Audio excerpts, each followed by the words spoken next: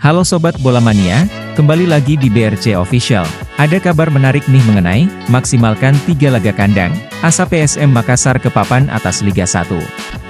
Skuad PSM Makassar diuntungkan dengan jadwal pertandingan usai jeda kompetisi Liga 1 2023 hingga 2024. Tim besutan Bernardo Tavares akan memainkan 3 laga kandang beruntun. Kesempatan ini tidak boleh disia-siakan PSM Makassar untuk mendulang 9 poin maksimal. Lantaran akan membuat juara bertahan Liga 1 ini merangkak naik ke papan atas klasemen. Saat ini masih tercecer di peringkat 11 dengan 29 poin, namun, jika kehilangan poin di laga kandang, asa menembus 4 besar batas Championship Series kian tipis, karena harus bergantung dengan tim pesaing. PSM Makassar menjamu lawannya di Stadion Batakan, Kalimantan Timur. Tuah stadion berkapasitas 40.000 penonton sangat diharap. 3 laga awal, kekuatan M. Arfan CS diuji Persita Tangerang, Bali United dan Persebaya Surabaya. Mereka tentu sulit ditaklukkan karena punya motivasi tinggi. Persita dan Persebaya berusaha bangkit selepas jeda kompetisi, keduanya berada di papan bawah klasemen. Peringkat 14 dan 13 dengan 26 poin. Selisih 5 poin dengan Arema FC yang merupakan tim penghuni teratas zona degradasi. Sedangkan Bali United ingin menjaga peluang masuk Championship Series. Serdadu Tridatu berada di peringkat 2 dengan 41 poin, pengamat sepak bola, Syamsuddin Umar mengatakan. Skuad PSM Makassar perlu adaptasi di Stadion Batakan. Sebab atmosfer penonton tak akan seperti di Stadion B.J. Habibie, Parepare.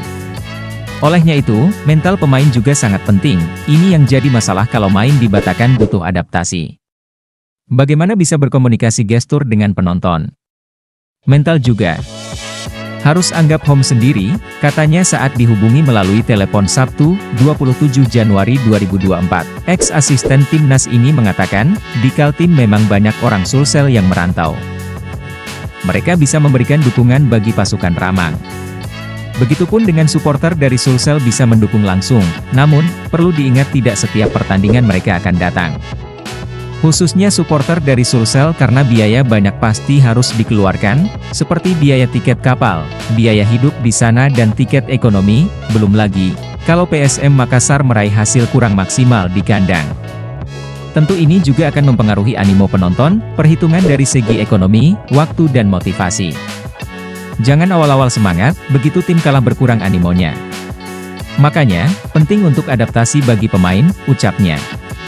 Syamsuddin Umar juga menyoroti persiapan PSM Makassar yang agak lambat pasca libur jeda kompetisi.